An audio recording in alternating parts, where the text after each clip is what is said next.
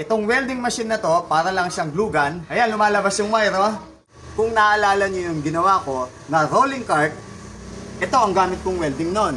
At madami na akong nagawang mga project gamit itong Re-Aim MIG Weld.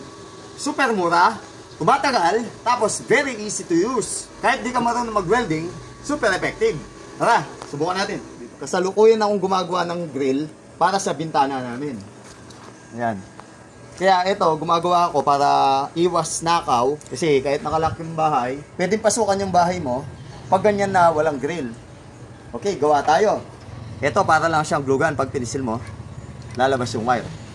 Let's go!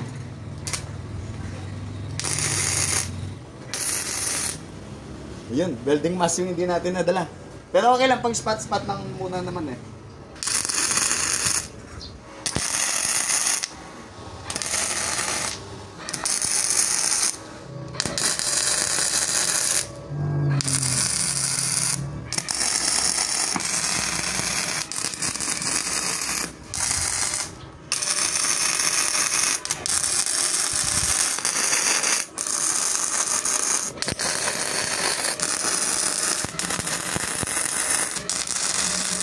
Palayain nyo ako sa bilangguan. Ito ang ginawa ko, DIY, na grills para sa ating mga bintana. Itong welding machine na to, para lang siyang glue gun.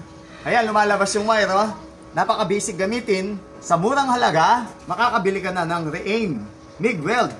Kahit di ka marunong mag-welding, magiging basic lang yan. Basta meron ka dito.